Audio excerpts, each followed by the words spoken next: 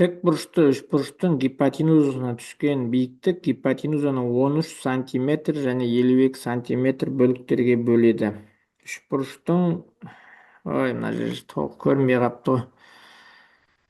Жарайды, мынау. Қазір мен аны паузаға қоя тұрайын, дұрыстап көрінетіндей жасап алайық.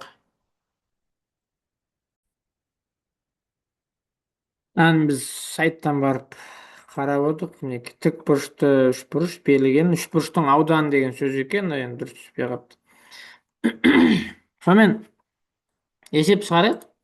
Есепте бізде тік бұрышты үшбұрыш, тік бұрышты үшбұрыштың гипотенузасына түскен биіктік гипотенузаны биіктік алады 13 және 52 сантиметр бөліктерге бөледі. Енді үшбұрыштың ауданын табу керек.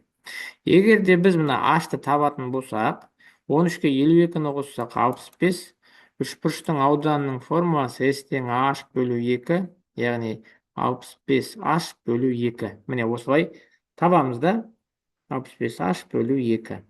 Енді бізге ашты табу керек. Ашты табу үшін үшбұрыштың ұқсастығын пайдалансақ болады. Мінекей, A, B, C. Негізі мынандай формула бар, сонымен тез таба салуға болады. H тең түбірдің астында мына бөліктердің көбейтіндісі деген 13 көбейту 52. Бұл 13 көбейту 13 көбейту 4. Сонда бұл 13-13-13-тің квадраты болып 13 шығады да, түбірасы 4, 2 болады. Сонда ол 26-ға тең да. Міне осындай амал бар. Негізі бар осындай амал. Бірақ ол амал тексеріп жіберу керек. Тексергенде мына формамен тез шығады. Егер ол форманы білмейтін болсақ, онда ұқсастықпен табуға болады. Мына нүктені H деп немесе P деп белгілейікші.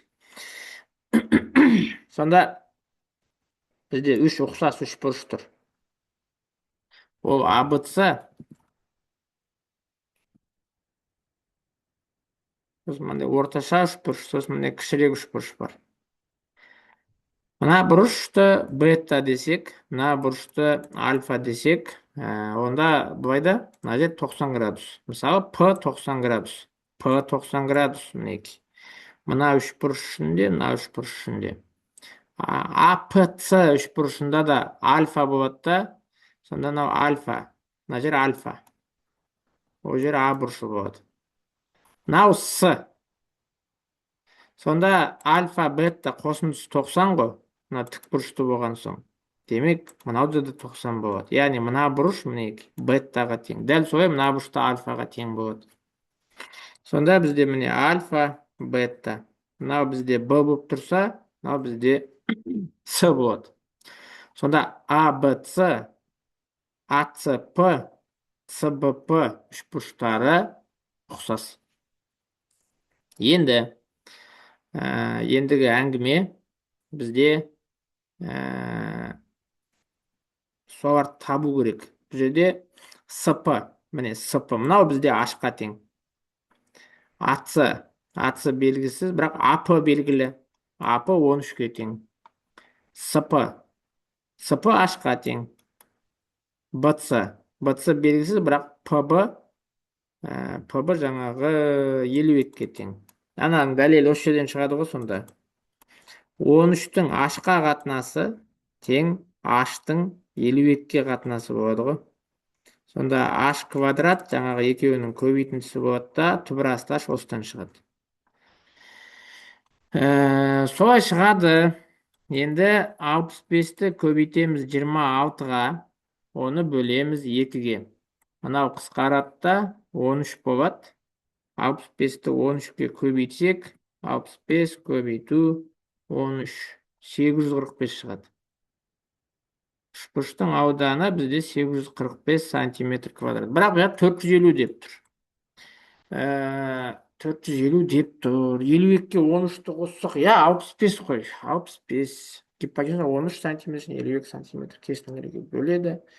Және ол бізде 26. Міне 13 пен 52-ні көбейтсек де 13 көбейту 52, 676, оны түбірасты алсақ 26 болады.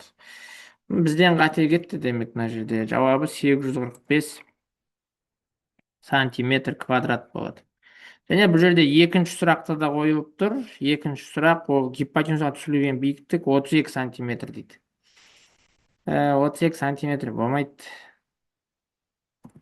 32 сантиметр емес, жауабы 26 сантиметр болды. H тең 26 сантиметр. Бізден қателік кетті. Түзетіп қоямыз.